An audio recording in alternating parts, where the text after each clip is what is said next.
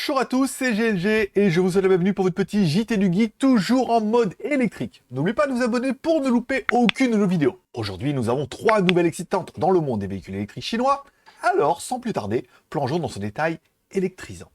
BYD a franchi une étape importante avec la production de la 500 millième unité de son modèle compact électrique Dolphin.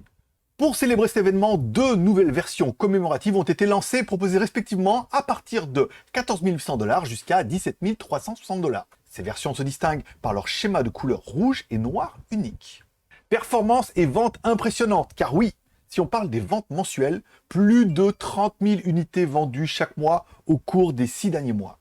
Les ventes du mois d'août, 32 745 unités vendues, soit une augmentation de 39,52% par rapport à l'année précédente. Au niveau des motorisations, vous trouverez pour la version la moins chère 70 kW ou 95 chevaux, 180 Nm et de 0 à 50 en 3 secondes 9.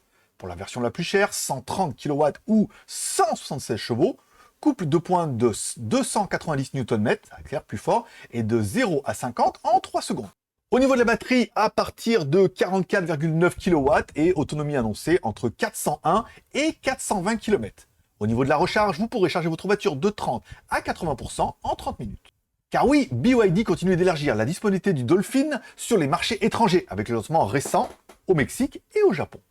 Allez, la news numéro 2, SAIC Maxus dévoile le minivan électrique Dana M1. SAIC Maxus a récemment présenté un minivan électrique, le Dana M1, lors de la présentation de sa nouvelle marque de VE, Dana. Les ventes de ce minivan sont prévues pour débuter durant la première moitié de l'année prochaine. Un design raffiné et confortable. Avec son design, nouvelle face avant, feu de jour en forme de C et une calandre noire fermée.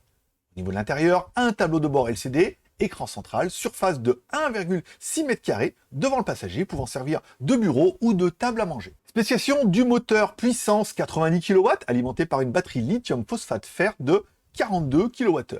Autonomie 305 km selon le cycle CLTC. Dana est donc la nouvelle marque de véhicules électriques de SAIC Maxus. Les modèles actuels, le Dana V1, un minivan logistique, et le Dana T1, un camion léger. Au futur, la marque prévoit de lancer 10 modèles à l'avenir. Et enfin, la troisième news, découvrez la nouvelle Wuling Bingo électrique pour un lancement le 25 septembre. La version 410 km de la Wuling Bingo sera lancée le 25 septembre en Chine. Cette citadine électrique à 4 places est une collaboration entre SAIC, General Motors et Wuling Motors. Gamme actuelle et tarification. Les prix commencent entre 59 et 84 000 yuan, soit entre 8 100 et 11 600 $. Au niveau des motorisations, 2 options de puissance de 30 kW 100 Nm à 50 kW 150 Nm. Au niveau des batteries, 2 options de batterie au phosphate de fer lithium de 13,3 kWh et 31,9 kWh. Donc maintenant, parlons des performances de la nouvelle version. La puissance, elle, est directement à 50 kWh ou avec un couple de pointe de 150 Nm qui correspond à la version la plus puissante qu'il y avait avant. L'autonomie annoncée jusqu'à 410 km en cycle CLTC avec une vitesse maximale de 130 km/h. Au niveau des ventes, apparemment c'est plutôt pas mal puisque c'est vraiment pour eux un succès notable. Plus de 100 000 unités vendues depuis son lancement en mars 2023 en Chine. La petite question du jour, quelle est votre opinion sur l'expansion internationale de BYD avec le modèle Dolphin et la BYD Dolphin que je vous ai déjà testé. Là, en rouge, elle est quand même juste magnifique. En plus, il y a les petits détails et tout. Moi, je la trouve très jolie. Voilà.